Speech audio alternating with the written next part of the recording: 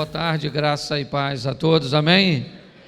Glória a Deus, para mim é um prazer muito grande poder estar aqui, poder participar de um evento. O Luciano acabou se tornando um amigo, o pastor Flávio, o pastor Ricardo e essa turma toda. Eu fico muito feliz, porque se você der uma observada, a maneira com que Deus acabou me conduzindo ao reconhecimento do ministério foi uma maneira trazendo uma visão bem-humorada e muito fora da configuração espiritual pré-estabelecida. E todas as vezes que nós não cumprimos uma configuração pré-estabelecida, nós enfrentamos grandes opositores e uma carga de crítica muito intensa, até com que as pessoas consigam observar que há um chamado, há uma maneira e uma convocação para que seja feita daquela forma, ok? A primeira coisa que eu quero começar falando com vocês é que Deus não muda princípios, mas Deus muda configurações. E todas as vezes que as configurações mudam, as pessoas vão ter dificuldade de lidar com elas. Samuel, um homem íntimo de Deus, recebe uma instrução nas montanhas de Ramá para ir a Belém, a casa de Jessé, ungir o novo rei. Na configuração da mente de Samuel, este rei tem que ser o filho mais velho, porque esta era a configuração padrão. Quando ele chega na casa de Jessé, Jessé traz primeiro para conversar com o profeta e sacerdote seu filho mais velho, porque a mente de Jessé estava presa à configuração. Quando Samuel observa o primogênito de Jessé, ele olha para a situação e diz: certamente está perante o Senhor o seu ungido, porque ele está preso à configuração. Quando de repente Deus diz a Samuel: não atente para a sua aparência, nem para a altura da sua estatura, porque eu o tenho rejeitado. Aí puxaram o tapete do Samuel. Samuel agora disse: se não é o primogênito, eu já não sei mais nada, porque a configuração foi quebrada. Ele fica perdido, então vai passando os meninos, até que não tem mais menino. Ele pergunta: acabaram-se os mancebos? E aí Jessé diz: e ainda tem o meu mais novo que está trabalhando. Boa pergunta, se era horário de trabalho, o que tem 7 homens em casa fazendo à toa? E eu começo a descobrir aqui que Deus tem compromisso com quem trabalha, querido. Mas se a configuração é quebrada, um problema normalmente sempre acontece. Ok? O povo está caminhando no deserto e faltou água. Deus conversa com Deus, ou Moisés conversa com Deus, e Deus diz assim: fere a rocha e a água sai. Ele feriu a rocha, a água saiu, o povo bebeu, está tudo tranquilo. O tempo passou, lá na frente está faltando água. Moisés vai conversar com Deus. Deus falou: fala com a rocha. Moisés falou: peraí, não, nós tocar. O senhor falou ferir. Eu lembro daquela vez que saiu água.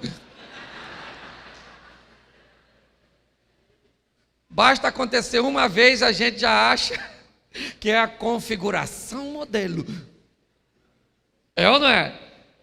E aí, mas ele estava nervoso, por isso que feriu. Querido, Deus mandou ele falar. Se ele estava nervoso, gritasse, xingasse a rocha, mas pelo menos obedecesse. Sua rocha, filha da mãe! Vai sair água agora, que eu já estou... Mas não é porque está nervoso que precisa desobedecer.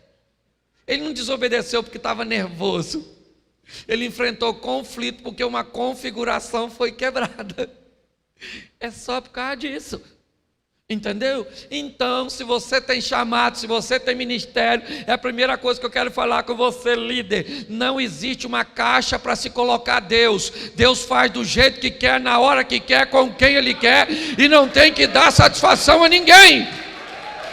E se você ficar olhando configurações pré-estabelecidas, corre o risco de não achar uma para você, tentar imitar o outro e nunca chegar onde Deus tinha para você chegar. Perder sua identidade nessa configuração que pré-estabeleceram. Então, diga para quem está do seu lado, assim para nós começarmos: viva uma vida de uma forma que quando você colocar todos os dias os pés no chão, o diabo diga: que droga! Ele acabou de acordar.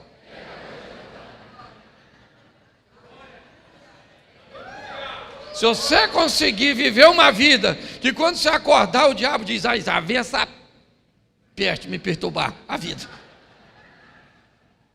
Com certeza vai ser algo muito positivo. Eu quero conversar com vocês e pregar diante dessas turmas que prega aqui. É muito difícil, porque a gente prepara o texto e eles vão falando o que nós ia falar. Aí você fala: isso aí já falou, isso aí já falou, isso aí já falou. E olha que eu nem estava aqui todas as mensagens. Eu já fui em congresso que eu cheguei primeiro, no final eu falei: posso cantar um hino? Porque eu já não tenho mais o que falar nesse ambiente. Então, gente, faz aproximadamente 3 anos e meio que eu assumi uma igreja. Já tinha sido pastor durante 1 ano numa igreja batista, mas há 3 anos e meio surgiu um projeto no meu coração. Um projeto que me tirou um bom tempo da itinerância e me colocou numa igreja local. E foi muito bom. Primeiro porque eu descobri quanto custava uma oferta para um itinerante, mas também aprendi quanto custa uma oferta para um pastor e para uma igreja. Aprendi que o itinerante, ele prega, vira as costas e vai embora. O pastor prega e fica lá, e no dia seguinte ele descobre pelo comportamento de algumas ovelhas que parece que elas faltaram o culto quando ele pregou sobre aquele tema. Então eu tenho descoberto que liderar é um negócio muito difícil, mas é muito prazeroso, dá uma satisfação muito grande. Mas você tem que ter o seu coração, e isso a gente gosta de pregar para os outros: de tudo aquilo que se deve guardar, em primeiro lugar guarda o seu. Nós somos expert em falar isso para os outros, só que a gente tem que ter uma conversa com aquela pessoa que é o maior inimigo nosso, aquela que aparece para a gente todo dia de manhã, quando nós vamos escovar os dentes no espelho. Aquele ali é seu maior inimigo, você mesmo. Olha e fala: ah, sou sem vergonha, você está querendo atrapalhar a minha vida. Então viver essa dinâmica, e quando olhamos, eu quero trabalhar alguns momentos de alguns líderes e algumas coisas aqui que eu acho que pode fazer grande diferença, né? Como o pastor Flávio estava falando, nessa caminhada onde nós não podemos nos dar o luxo de esmorecer, onde teremos atritos, onde iremos enfrentar problemas com pessoas que caminham conosco, e muitas vezes elas farão parte apenas de um momento ou de uma etapa da nossa história, mas independente de tudo isso, estamos por uma causa muito maior do que nós, amém? A causa do Senhor. Então, eu preciso que você abra a sua Bíblia em Juízes, capítulo 6, um homem que está sendo chamado para uma liderança, e nós vamos aqui ao primeiro ponto, Juízes 6, 11. Amém? Amém? Então o anjo do Senhor veio e assentou-se debaixo do carvalho que está em Ofra, que pertencia a Joás, o Abirezita. E Gideão, seu filho, estava fazendo o quê? Estava fazendo o quê? Malhando trigo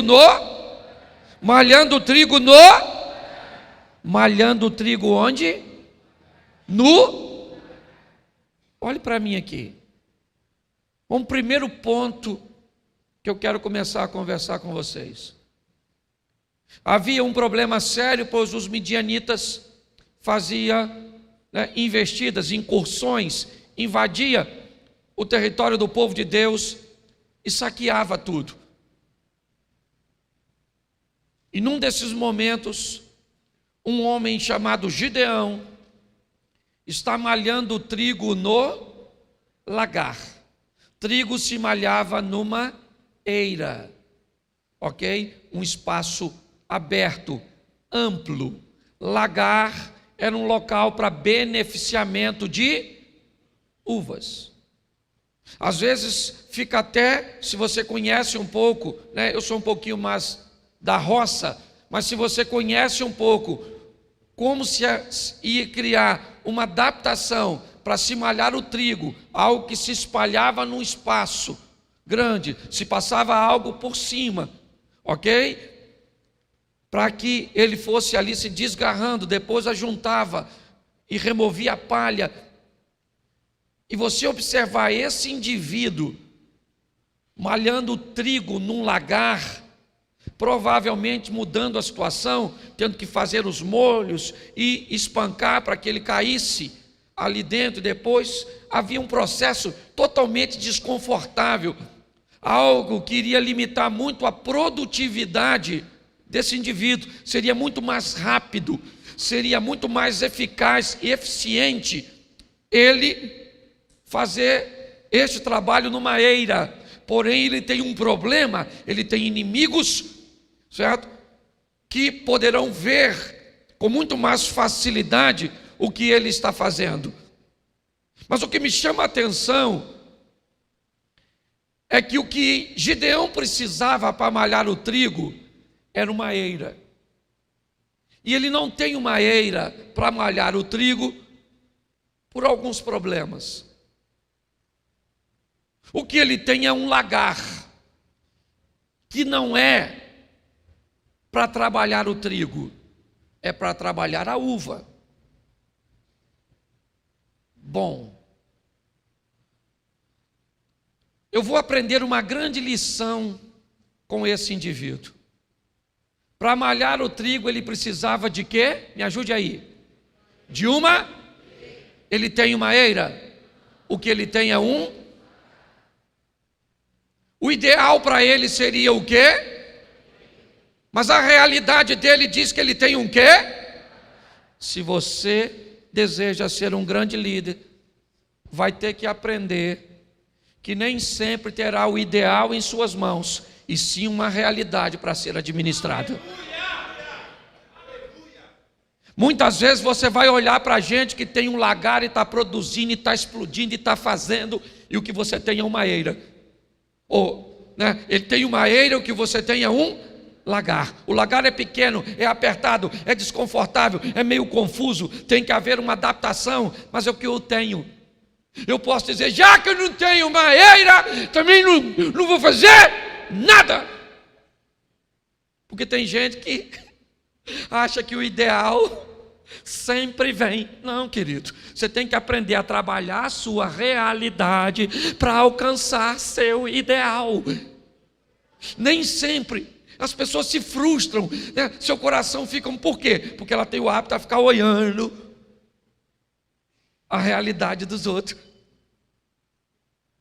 A dos outros é dele, meu filho. A sua realidade é dura, ela é feia, ela é esquisita, mas ela é sua. Quantas vezes eu tinha um Corsa que se apaixonou por reboque, um carrinho, um Corsinha. Ele não podia ver um reboque e ele parava. Uma vez ele parou em São José dos Campos, eu mandei rebocar para Taubaté, que eu tinha um amigo. parou na porta, desceu, liberei o reboque, o mecânico veio, pastor, eu falei, esse carro parou. Ele falou, o que é? Eu falei, eu não sei. Ele enfiou a chave, o bicho não pegou. Ele falou, o que ele tem? Eu falei, vontade de andar de reboque, só pode ser. Porque ele não estava pegando, andou de reboque. E muitas vezes eu ia em eventos onde os caras iam com carrões, e eu parava o meu carro longe. Era a minha realidade, mas eu não queria que ninguém visse.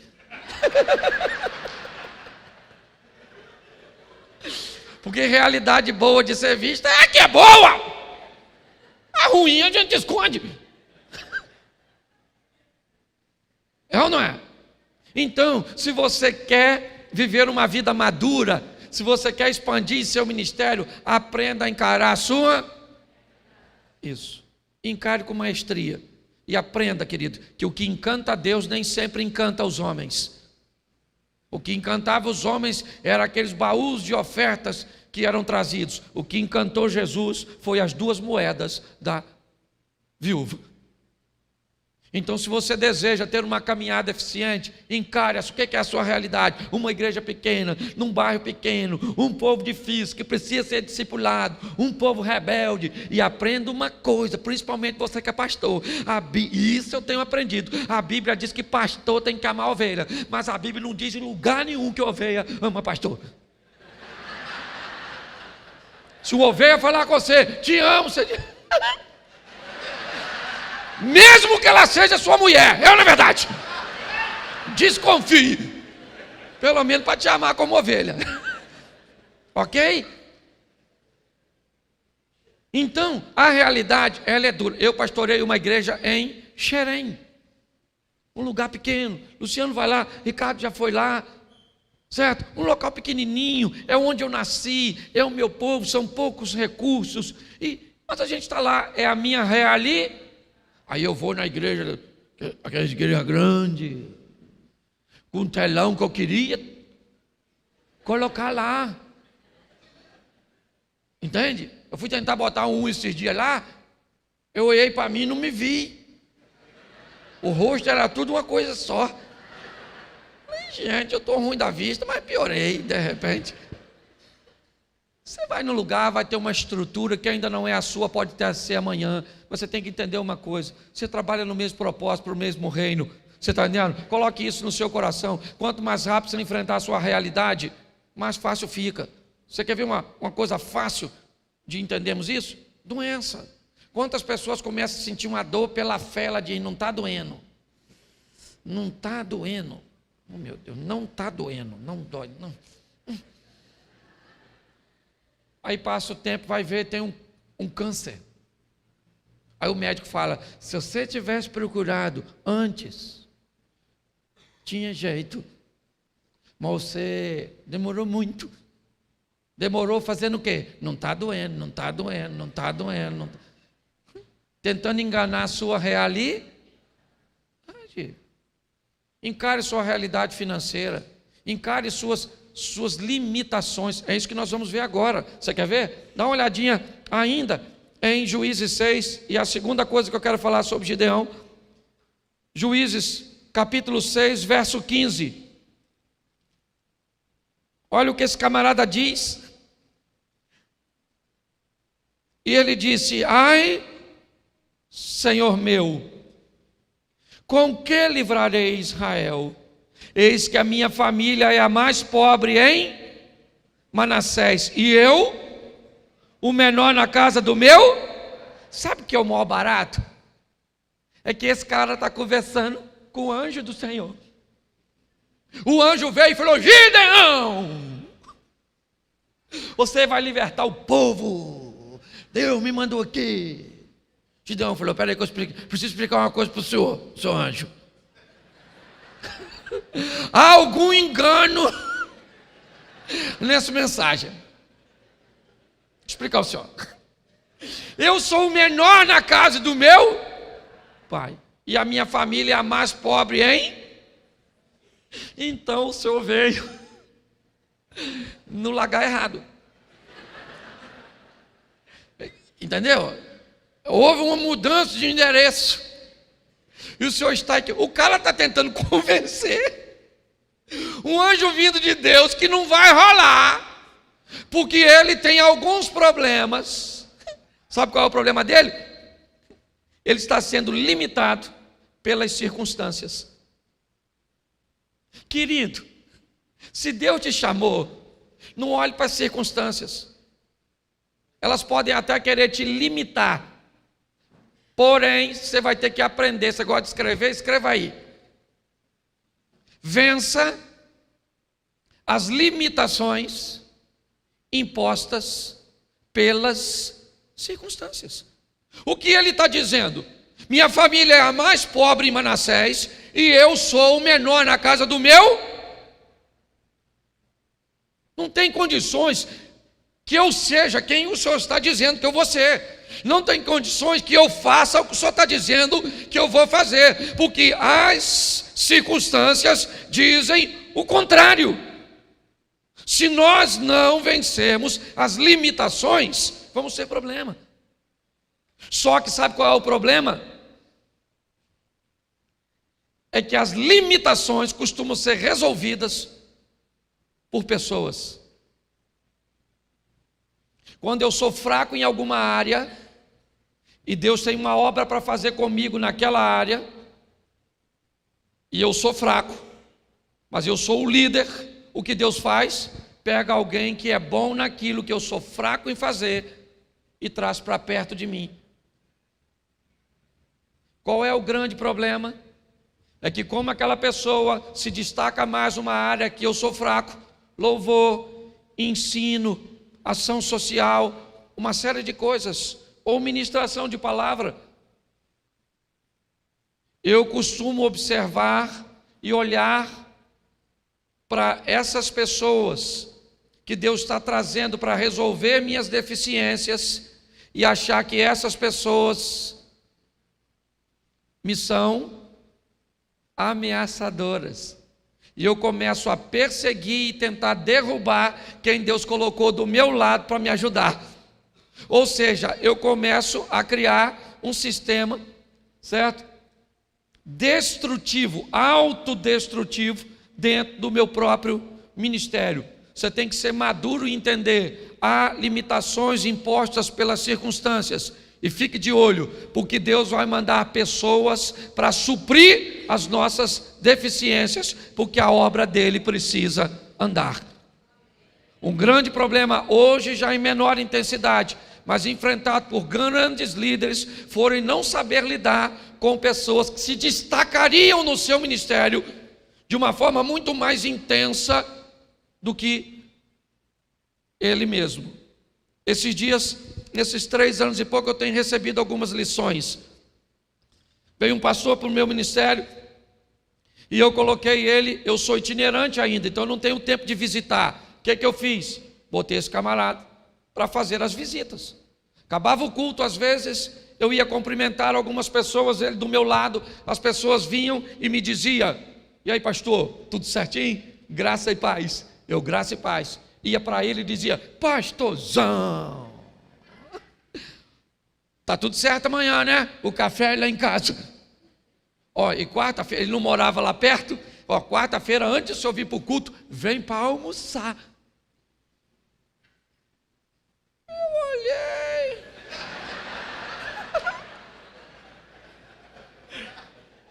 Eu falei, o cara só falou, pastor. E o pastor aqui sou eu. E aí o Espírito Santo falou comigo: tá com ciúme de quem eu mandei te ajudar? Estou mesmo. Não tem vergonha de falar. Deixa eu encarar a minha realidade. Ela é dura, mas é minha. Então, fique atento a essas limitações que as circunstâncias vão tentar te impor. Ok? E é nelas que você precisa estar atento, porque Deus vai mandar gente que vai suprir essas limitações, não por sua causa, mas por causa dele mesmo, porque a obra dele não pode parar. Agora, não comece a ver fantasmas nas pessoas que Deus mandou te ajudar e não te assombrar. Entendeu? Posso ouvir um amém? Amém. Isso. Então, primeiro, só para se você não escreveu, enfrente sua realidade. Segundo, vença as limitações impostas pelas circunstâncias. Você pode ir para Gênesis. Gênesis,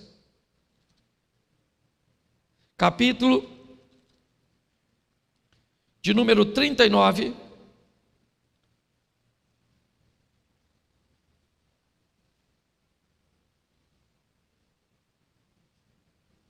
Versículo 7. Amém? E aconteceu depois dessas coisas que a mulher do seu pôs os olhos em e disse o quê? Deita-te comigo. Presta atenção aqui. Dos momentos em que José viveu nos últimos tempos, ele está em seu melhor momento. Ele era o filhinho amado do papai, uma roupinha nova, uma túnicazinha e tal, né? A proteção do pai, ele não tem mais. É lançado numa cisterna pelos próprios irmãos. Dali ele é vendido para midianitas e também é revendido no meio do caminho até que chega no Egito e é vendido para a casa de Potifar. Deus tem para ele um alto cargo de liderança, isso ele recebeu em forma de sonhos, sol e lua. Gênesis capítulo 1, 2 astros criados por Deus para governar. Na interpretação ou tentativa de interpretação de Jacó, ele cria um equívoco ao dizer: eu e sua mãe e seus irmãos vamos nos curvar diante de ti. Isso nunca vai acontecer, porque Raquel vai morrer no meio do caminho. Quando ele diz: eu vejo sol e lua se curvando diante de mim, ele está dizendo, né? Deus está dizendo para ele: você está sonhando com astros que eu criei para governar, porque é para o governo que eu vou te levar. Ok? Agora ele está na casa de Potifar e é o principal funcionário, o governador de todas as coisas, o mordomo mor, aquele que governa tudo. Com certeza, esse é um dos momentos cruciais no ministério de José. Por quê? Porque é um local muito bom. E o bom é um dos ambientes mais perigosos que podemos estar, pois o bom nos expõe ao conforto, e o conforto nos traz o desejo de não sair de lá. Por José, talvez ele morreria mordomo da casa de Potifar, um cara que sabia honrar e que era honrado por seu senhor. Porém, aquele não era o local, e ele não sairia dali, até porque era um escravo. Precisa acontecer alguma coisa. Então a mulher do Potifar entra em cena para tirar José de um local que ele não gostaria de estar, ou que ele não gostaria de sair. Perdão. Se você é um líder, se você anda com Deus, precisa estar atento aos momentos bons, confortáveis, que expõem você ao desejo de não ir mais longe, que busca reter você. Eu gosto muito da frase dita para Eliseu a Elias: eu quero uma porção dobrada. Me parece que na leitura de Eliseu ao seu líder, ele olhou para Elias e disse: esse camarada poderia ter feito muito mais coisas do que fez, seu potencial poderia o ter levado muito mais longe. Nós vamos falar dele aqui um pouquinho à frente, mas Eliseu olhou e disse: eu quero ir além. Cuidado com o bom. Cuidado com o confortável. Ele impede você de viver o sensacional. Ele impede você de viver o sobrenatural. Quando o bom chegar, fique incomodado. Pastor, o senhor está querendo dizer que eu devo ser um eterno insaciável no que diz respeito à graça e à manifestação do Espírito na sua vida? O seja. Ok? Muitos, eu não vou falar disso aqui hoje, mas muitos casamentos enfrentam crises em momentos bons. Estava bom e veio uma crise.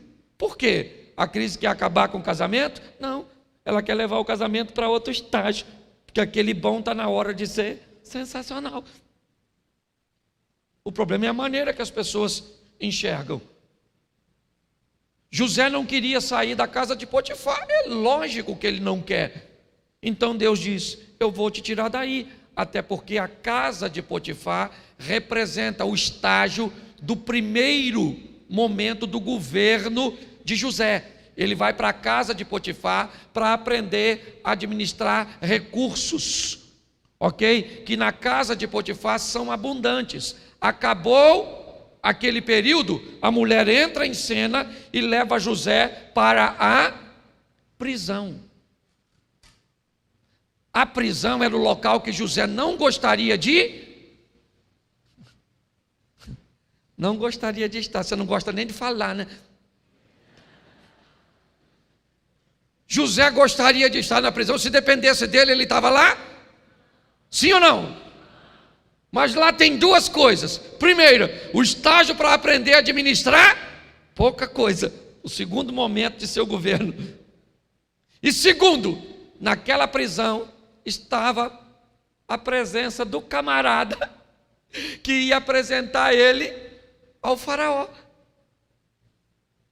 Pastor, o que você quer dizer? Que às vezes Deus vai te levar para um lugar muito ruim, para você conhecer alguém que vai levar você para um estágio muito melhor do que você estava antes.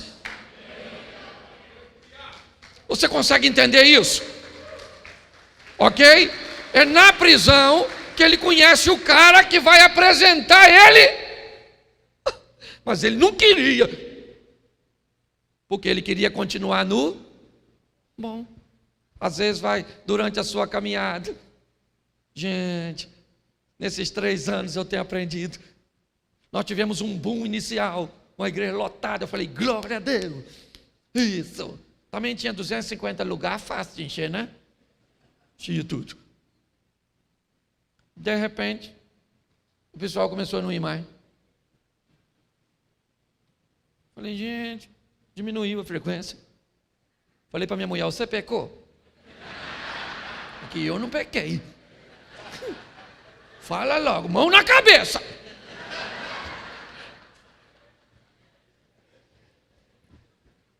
E olha que diminuiu o número de pessoas e aumentou o número de carro. Eu comecei a ter um grupo menor, mas que vinha de 10, 15 quilômetros, lá depois do pedágio, Luciano, ali. E aí os vizinhos começaram a reclamar. Arando na minha porta, aquela coisa toda. E vinha, vou dar tiro nos pneus. Rio de Janeiro, tem bairro lá que os passarinhos pararam de voar. Eles estão cortando caminho agora, assim. Parece migração, assim, ó. É rocinha, ali não passa não, é na verdade. Complexo do Alemão. Os vizinhos começaram a reclamar. Eu falei, quer saber de uma coisa? Está na hora da gente sair daqui. Me aparece um local para mais ou menos 700 pessoas sentadas. Estava para pagar o aluguel. Falei, vamos para lá. O de 250 tinha enchido e esvaziado. Vai eu arrumar um lugar de 700, porque tinha facilidade de botar carro. Moral da história, se passou 1 ano. No local de 700 pessoas, no domingo, eu estou fazendo 2 cultos. Ele sabe, conhece lá. Você está entendendo? Olha só, o que aconteceu? Se depender de mim, eu estava lá no dia 250 ainda. Quietinho. Mas aí o pessoal saiu, eu fiquei desconfortável. O pessoal começou a me perseguir por causa dos carros parando na frente dos outros. Aí eu alugo outro troço. E aí eu descobri que aquela dificuldade foi apenas para me levar para outro nível da minha vida, do meu ministério. Você está entendendo? José não gostaria de estar na prisão, mas lá na prisão ele conheceu o copeiro. E ele estava cansado, José, porque às vezes nós estamos, né? Muito cansado. E ele estava tão cansado que ele falou com o copeiro na hora assim: fala lá para o faraó que eu não sou tarado não. Alguém eu agarrei aquela maluca não, rapaz. Ela é maneira, mas não agarrei não, Não que eu não tinha vontade, mas que eu tinha princípio, não agarrei aquela maluca não. O que ele está fazendo? Ele está dizendo para o copeiro: cara, eu não estou afim de estar aqui, estou cansado, sabe? Queria queimar essa etapa e sair logo daqui. O texto diz que o copeiro saiu em 3 dias e esqueceu. O miserável de copeiro, em 3 dias esqueceu um cara como José. Não é triste? 3 dias, esqueceu José. Por quê? Porque se ele lembra do José, você acha que o copeiro teria influência recomendando o José para tirá-lo dali? Mas se tivesse, José ia trabalhar onde? Na cozinha. Se você queimar etapa, você pode deixar de ir para o governo e ir para a cozinha.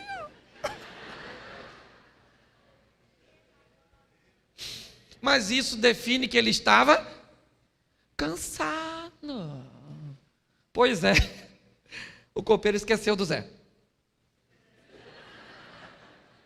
1 ano depois, um ano, o cara esqueceu em 3 dias.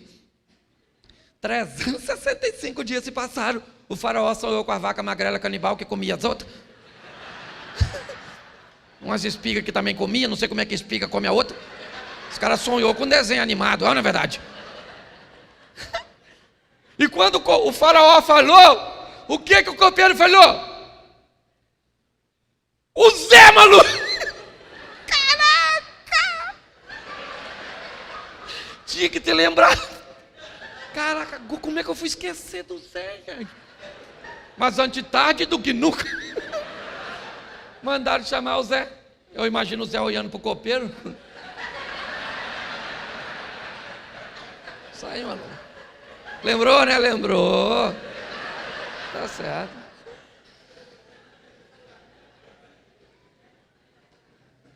É ou não é? E agora, ele é o governador do Egito. Escuta aqui, governador do Egito. Quando Deus te der vitória, siga no caminho que Ele te deu e não volte lá atrás, para se vingar de ninguém. Porque José poderia falar: eu sou o governador. Dá um pulinho ali na casa de Potifar, falei com a mulher dele ali rapidinho. Fala aí, maluca, agora que eu te agarrei.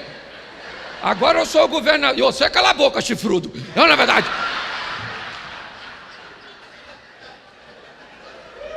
Diga para quem está do teu lado, quando Deus realizar o propósito, esqueça o processo e viva a sua vitória.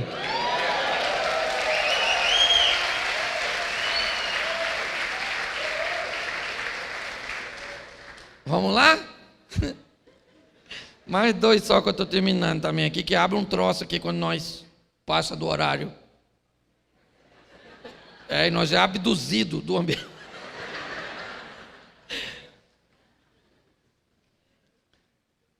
1 Samuel 17.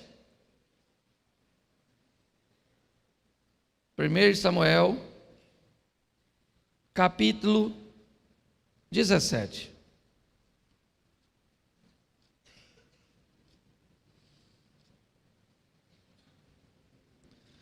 Verso de número 24. Amém? Outro grande líder aí.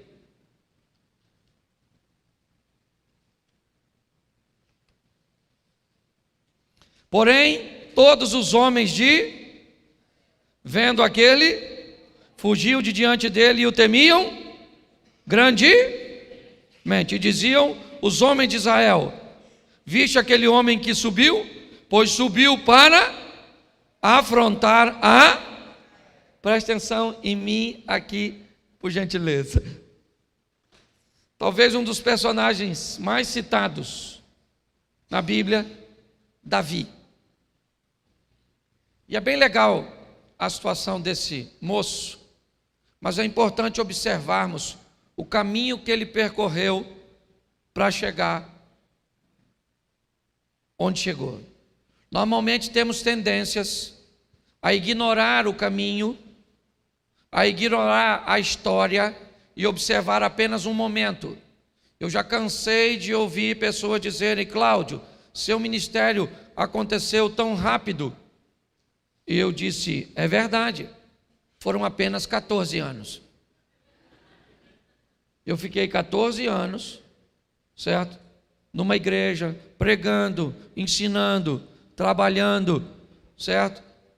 E não trabalhava em tempo integral, então eu era motorista numa empresa, trabalhava o dia todo, de 6 da manhã às 18 horas, eu trabalhava 12 horas por dia, certo?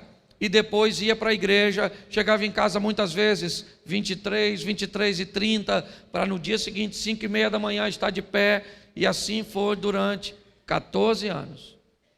Até então começar a pregar na igreja local, começar a pregar em alguns congressos onde estava, no Rio de Janeiro, no Sudeste, e receber o reconhecimento.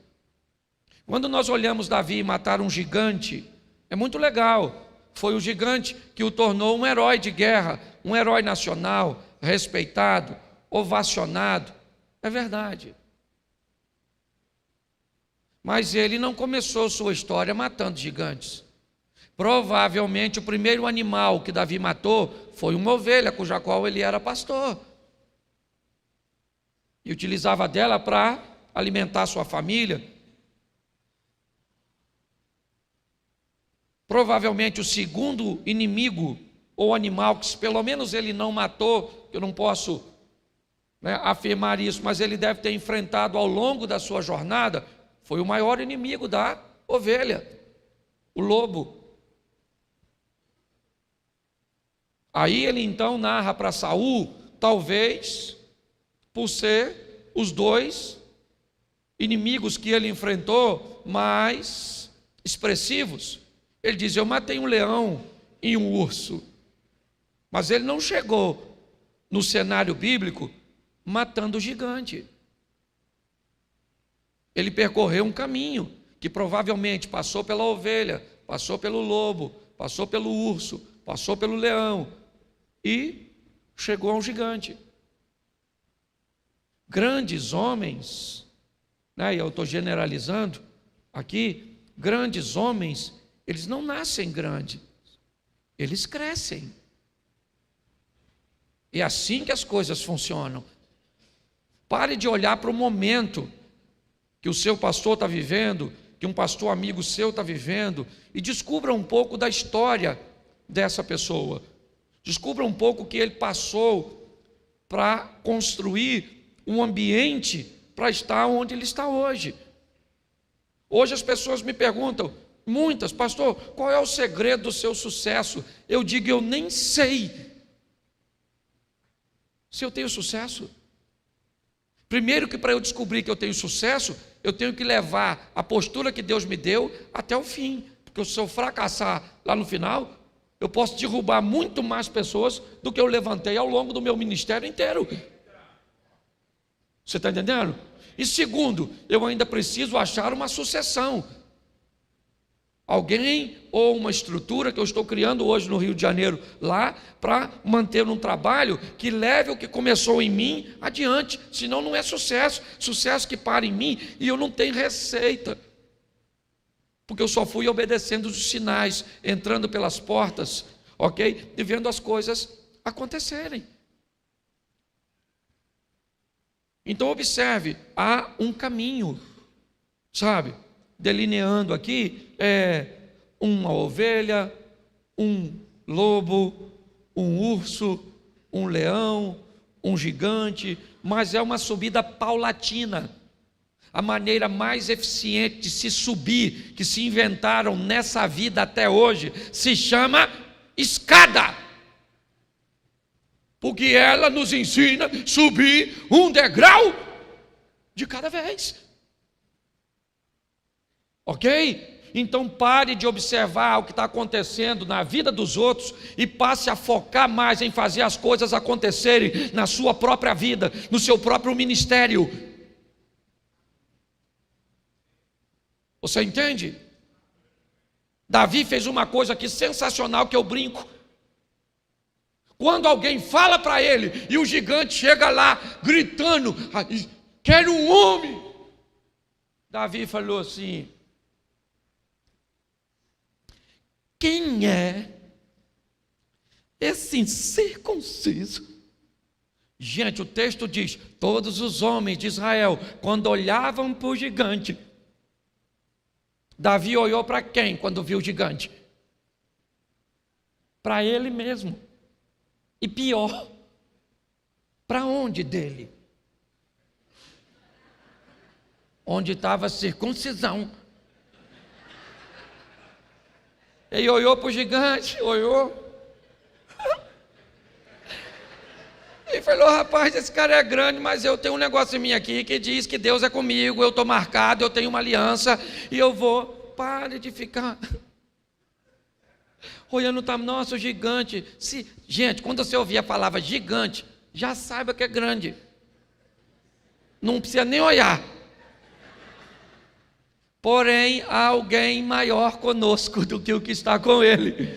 Davi disse: você vem a mim com espada, escudo, lança e outras indumentárias mais. Eu vou contra você em nome do Senhor dos... E o burro do Golias, o jumento, ainda amaldiçoa Davi por todos os deuses dele. Quando ele amaldiçoou, Davi falou: se ferrou. Eu sou descendente de Abraão. E Deus falou: vou abençoar, que te abençoar, vou te amaldiçoar. E o mais engraçado é que Davi foi ungido para matar gigante, sim ou não? Para ser rei. Não foi para matar gigante. Nem sei se Deus queria que ele matasse.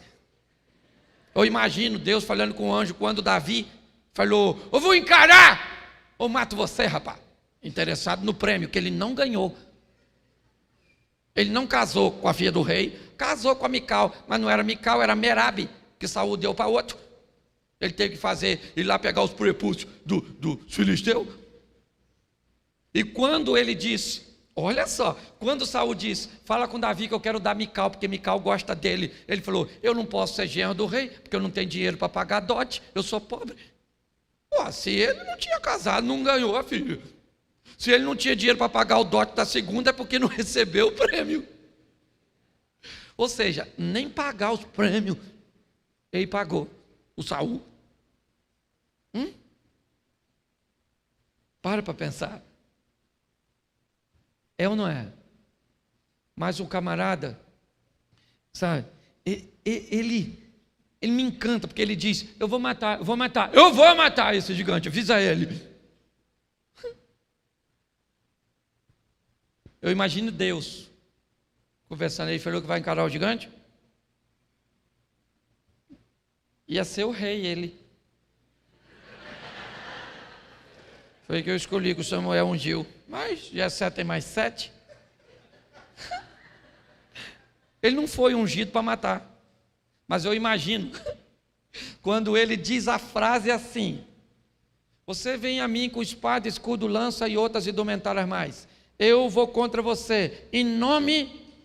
Pensa quando essa frase chegou lá, Deus falando, ele vai em nome de quem? Falou que vai no nome do Senhor. Deus deve ter falado, então o gigante se lascou, malucão, não é verdade? Porque se vai em meu nome, ele não vai perder batalha. Você consegue entender isso? Nós não trabalhamos por nós trabalhamos pelo Senhor dos Exércitos. É dele, por ele e para ele, amém?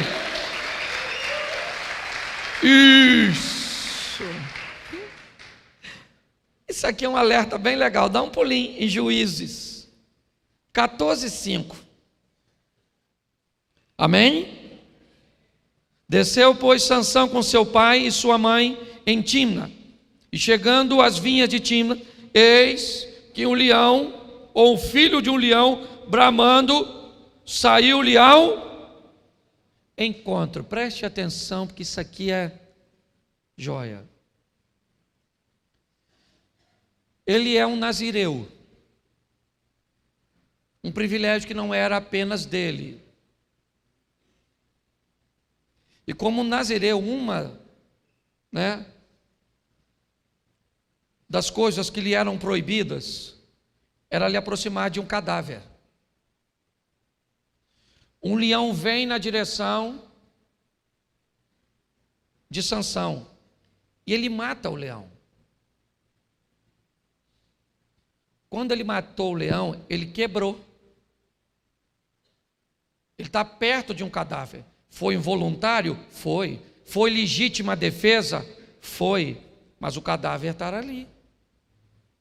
Se está ali, ele vai ter que passar por um processo de purificação, o qual ele não quer passar. Ele não conta a seu pai e a sua mãe. Está tudo certo. Ele não disse que matou um leão. Aparentemente, ele venceu o leão. Quem não gosta de ser corrigido nas coisas pequenas, vai ter sérios problemas lá na frente. Porque ele poderia alegar ao pai, eu estou aqui perto do leão porque eu matei. Eu não tinha, ele partiu para cima de mim. O Espírito do Senhor me fortaleceu, eu matei ele. O texto mesmo diz, ele só mata porque o Espírito do Senhor se apoderou dele. Aliás, eu ainda não achei. Se depois você souber, me diga onde é que está escrito que a força de Sansão estava no cabelo. Eu confesso que eu não vi. Ele veio de uma série de erros que exatamente no cabelo me parece que Deus diz, agora basta, eu não vou tolerar mais. O texto é, quando ele vai matar, pegar o portão e botar nas costas, o texto diz, o Espírito do Senhor se apoderou de Sansão. Quando ele vai matar o leão, o Espírito do Senhor se apoderou dele. Todas as vezes que ele vai fazer alguma coisa, o Espírito do Senhor se apoderou dele. E o texto ainda é claro disso, quando ele está de cabeça raspada, ele levanta e diz, sairei como das outras vezes saí e derrotarei. Aí o texto termina dizendo, o que ele não sabia é que o Espírito do Senhor se havia retirado dele. Sansão só fazia o que fazia, não é por causa do cabelo, era por causa de Deus. Deus era o responsável de tudo isso. E agora ele venceu o leão, venceu temporariamente, porque o leão não vai se dar por vencido. Se o leão não destruiu a sua vida com sua força, vai destruir pelo doce do que agora ele contém nele. Você entende? Da primeira vez o leão vem até ele, mas como ele não resolveu o problema, ele teve saudade de ver o leão. Ele vai até o leão agora, e na ossada do leão tem mel, porque o diabo costuma botar mel na ossada, costuma botar doce nas coisas que ele sabe que tem potência para nos derrubar. Fique atento aos mels que podem aparecer nas ossadas. Ele agora vai lá e tira, come, leva para seus e não diz o que fez. Queridos, vamos ter cuidado com essa doçura que muitas vezes nos atrai. Um homem tão forte, tão cheio de Deus, Ah, pastor, tinha, mas era o processo. O texto diz que havia um problema que Deus queria resolver e usar Sansão. Não precisava ser dessa maneira. Não precisava. Podia ter sido de outra forma. O fim desse camarada só foi desse jeito, porque ele resolveu tomar decisões erradas. Então, cuidado com as coisas doces em lugares proibidos, pois elas podem destruir. E vamos terminar agora. Eu não vou nem pedir você para abrir, não. Vou terminar aqui, não quis botar. Eu tenho 5 minutos aqui. Preste atenção. Esse grande homem, Elias, Acabe vem de uma gestão bem deteriorada, um casamento perturbado, e Deus vai até Elias, e poderia ir de uma maneira muito mais tranquila. Vai lá e diga a Acabe que eu estou mandando você dizer que enquanto eu não falar que não chove, não chove. Só que não é assim. Elias vai a Acabe e diz: conforme a minha palavra, assim diz o Senhor, conforme a minha palavra, não cai uma gota d'água nas terras que você administra. Elias fica por ali, a chuva não vem, provavelmente instruído pelos sacerdotes de Baal. Eles dizem a Acabe que a melhor maneira de quebrar esta palavra é matar o profeta. E Deus diz para o profeta que está obedecendo ele: foge. Que palhaçada é essa? Então eu estou obedecendo a Deus, estou sendo perseguido por um dissimulado pecador como Acabe, e Deus vira para o fiel e diz: foge. Foge e vai para o ribeiro de Querite, porque eu dei ordem aos anjos, eu dei ordem aos corvos para que ali te sustentem. Deus está dizendo, escute o que Ele está dizendo aqui: para sustentar minha obra, meu povo e meus líderes, eu não preciso de ninguém, eu sou autossuficiente. Eu converso com o corvo, eu abro porta onde não tem porta, eu crio recurso onde não tem recurso, mas vai acontecer. Ele vai para o ribeiro de Querite e começa a viver ali no milagre. A água seca, por quê? Porque Acabe está chegando ali, e Deus diz: vai para Serepta, que pertence a Sidom, fora dos termos administrativos de Acabe, porque eu arrumei uma viúva para cuidar de tu. Elias vai para Serepta, provavelmente idealizando uma viúva de um desembargador, né, com uma pensão fantástica, e ele chega lá, uma mulher catando uns gravetinhos, e ela diz: se eu não tenho nada, eu só tenho aqui um pouquinho, eu vou fazer, eu vou comer e eu vou morrer, eu e meu filho. Deus estava precisando dela, mas ela estava precisando de Deus. E quando ela estava precisando de Deus, Deus está dizendo: eu vou levar minha obra, o meu profeta, alguém para você cuidar, e se você cuidar daquele que eu enviei, eu te dou garantia que não vai faltar nada na tua mesa. E pronto. O filho da mulher morre, ele ressuscita o filho da mulher, e Deus diz agora: volta para encontrar com Acabe. Aí volta ele, o cara já foi chateado, e volta. Aí vem os camaradas, pede para cair fogo, aquela coisa toda que você não lê, vai ler. Eu não sou obrigado a falar tudo. E aquela coisa toda, quando de repente ele está diante de Acabe, você já vê que ele está invocado, porque Acabe, quando vê Davi, fala assim: aí o perturbador de Israel. Acabe falou: perturbador é teu pai e a tua mãe. Não mexe comigo não, não falou assim, falou seus pais, mas era a mesma coisa. É ou não é? Agora vai para o Monte Carmelo, manda molhar e pede. Ele nem falou fogo, ele só falou fogo. Um anjo apressado apertou o botão antes da hora, fogo.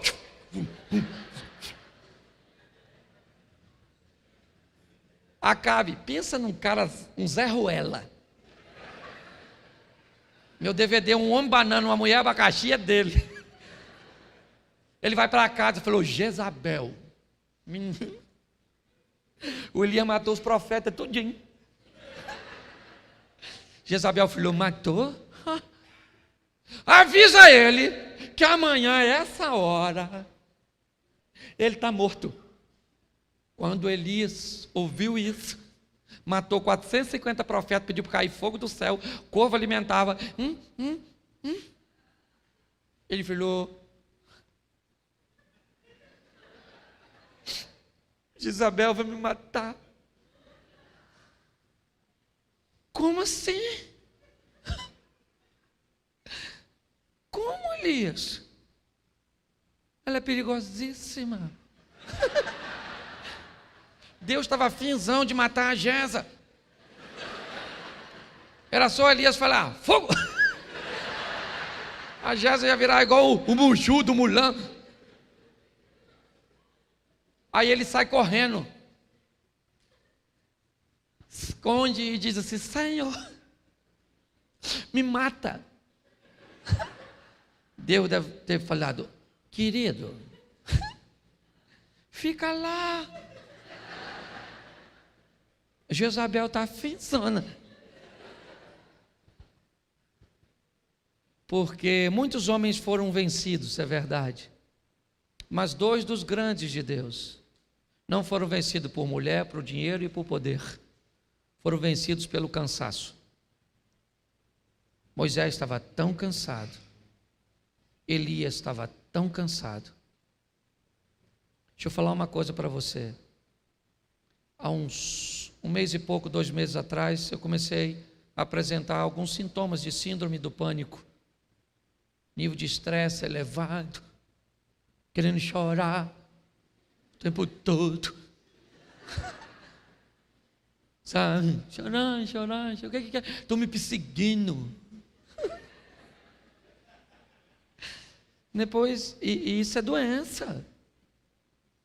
Eu descobri que lá na UTI, quando eu trabalhava numa empresa de equipamento para cirurgia do coração, eu levava o equipamento na UTI. E lá na UTI, sabe como é que é a linha da morte? Ela é contínua, assim, com barulhinho assim, ó. A linha da vida na UTI, ela é assim, ó. Estresse, descansa, estresse, descansa, estresse. Eu agora vou lá para o sítio. Aí foi lá, dormiu lá. Brinca com minhas cachorras. Mando minha mulher correr assim no meio daquela. E corro atrás dela.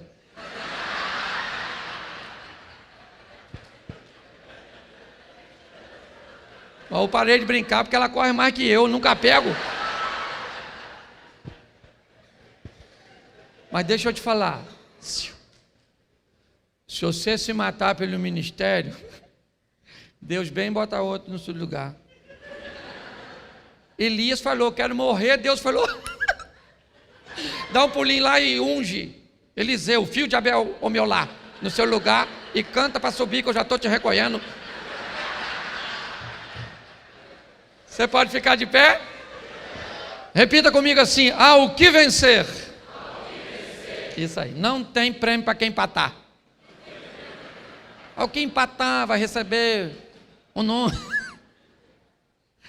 E só para deixar registrado, por gentileza, eu também sou flamenguista. Saudações. Feche seus olhos, para fechar que ninguém vai pegar nada seu não. O único carioca que tem aqui sou eu, né? Isso, fecha. Tem 2. Tá, tu também? Isso. Então você já viu que o comando vermelho está tudo aqui em cima. Feche seus olhos. Pai, com a mesma alegria que estamos em todos esses momentos, mas sem desprezar nem nos afastar da espiritualidade. Somos teus servos e estamos engajados nessa obra. Precisamos de ti, ó Pai, mas sabemos que para te ter nos basta apenas nos afastarmos do pecado e buscar uma vida de santidade. O Senhor não se afasta de nós, somos nós que nos afastamos do Senhor.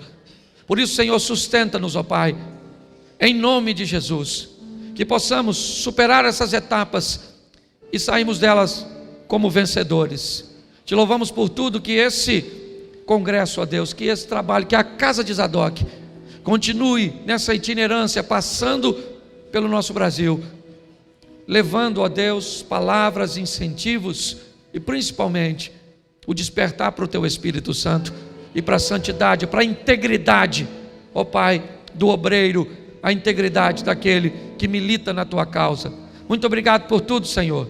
Te louvamos em o nome de Jesus. Você pode aplaudir o Senhor? Que Deus abençoe. Muito obrigado.